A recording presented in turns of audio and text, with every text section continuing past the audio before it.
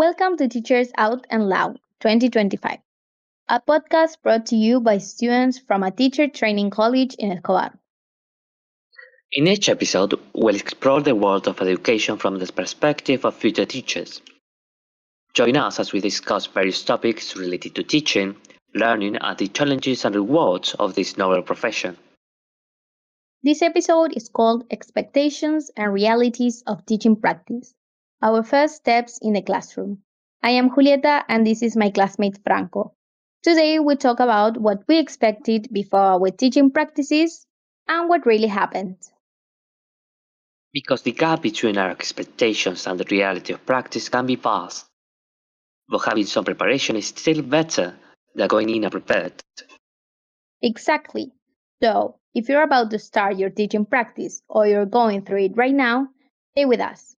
You might find some of our experiences familiar, or maybe not, but that's the beauty of it.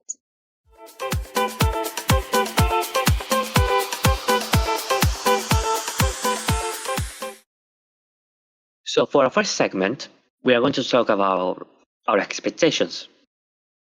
So, after the winter break, we started our teaching practices. How was your first lesson, Julieta? Well, before my first practice, I was really nervous. Even though I had years of classroom experience, I didn't feel confident. I kept asking myself, will the students understand me in English? Will they pay attention? I had seen the teachers use a lot of Spanish during the observations, so I thought maybe my lesson wouldn't work. Yeah, that's true. I remember we talked about it. But later, we noticed that students could actually grasp meaning quite well. They tried hard to understand, even when they didn't know every single word. So, I think it is important to think our students are doing their best at trying to understand us. Exactly. It made me realize how much we underestimate our students sometimes. They can handle more English than we think. Another thing I was worried about was the group dynamics.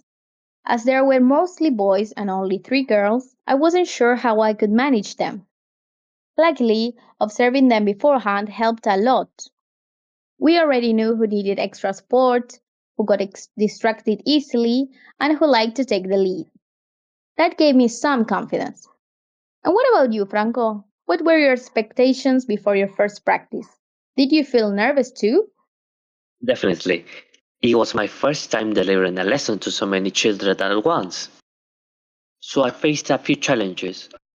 Like I still needed to consciously focus on things, like making sure the students are engaged, managing the board, and checking if everyone understands the task, all at the same time. But I'm hopeful that with more practice, it will eventually become second nature to me.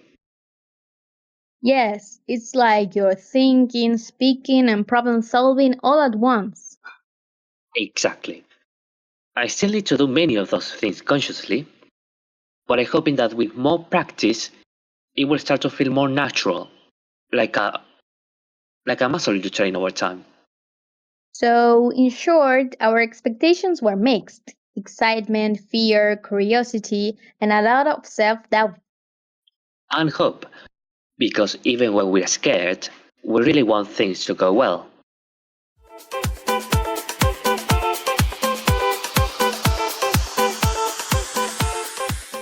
Okay, so for our second segment, we are going to move on to reality. How do things actually go when you deliver your first lesson? My first lesson went fine overall. The kids were interested in what I was saying and worked almost harmoniously on the activities. But I fell short of time. I had to improvise, which I think is the skill every teacher needs for sure. Totally. I had the same problem. You think 40 minutes is long, but once you start, time flies. I was a little surprised because the students were more engaged than I thought they would be. Even though I spoke in English, many of them understood. Of course, there were moments when I had to repeat or simplify what I was saying, but it wasn't as bad as I had imagined. And that's great. I think when students realize you are trying to communicate in English, they actually make an effort to follow along.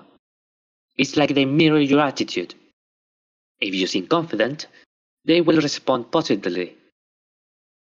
Yes, that's so true. And I also noticed that tones and gestures really help. For instance, when I smiled or used exaggerated intonation, they paid much more attention. I guess that's part of what we learn with experience to use our body language and our voice as a teaching tool. Exactly. I also realized that teaching isn't only about the lesson plan. You can have everything perfectly organized, but once you are in the classroom, you need to read the room and adapt. Sometimes students get too excited or too tired, and you need to change your strategy on the spot. Yes, I've seen that happen. Sometimes you can plan everything carefully, but then something unexpected happens and you need to think quickly. Did that happen to you during your first lesson? Actually, yes. I remember noticing that some students were losing focus during an activity, so I quickly turned it into a game. It wasn't in my plan, but it worked. They immediately got engaged again.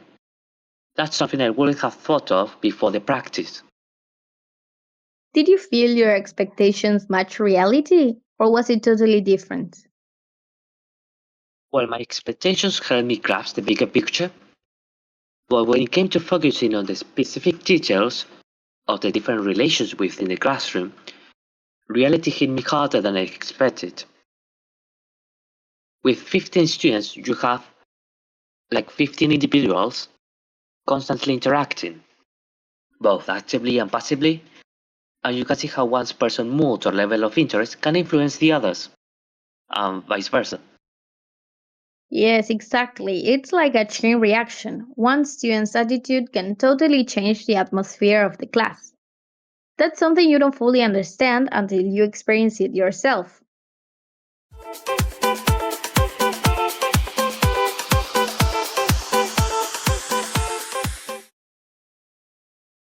For our last segment, we are going to talk about the lessons learned and our final thoughts. So, theory gave us tools, but practice gave us perspective, don't you think? Absolutely. And even if my first class wasn't perfect, it taught me a lot. Something I learned from the difference between theory and reality is that things are not always as scary as we imagine, but they are definitely full of surprises. I agree with you, and I want to add to that as teachers we should acquire as many tools as possible to be able to take full advantage of the surprises. And who knows, maybe we feel more confident as well. And for you, what's the most important lesson you took from your first practice? Well, I realized that teaching isn't just about following a lesson plan. You need and you have to be flexible and adapt to the students' needs at the moment. I learned to think on my feet and find like creative ways to keep them engaged. Exactly. I also learned that aren't failures, they're opportunities to learn. Every unexpected situation teaches you something about classroom management, timing, or how students interact.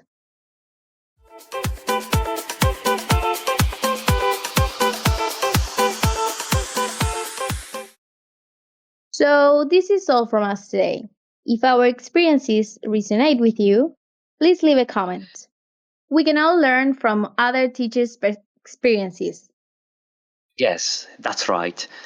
Sharing what we go through as trainee teachers help us grow and realize we're not alone in this process. Thanks for listening to Expectations and Realities of Teaching Practice, our first steps in the classroom. See you next time. Bye. Bye.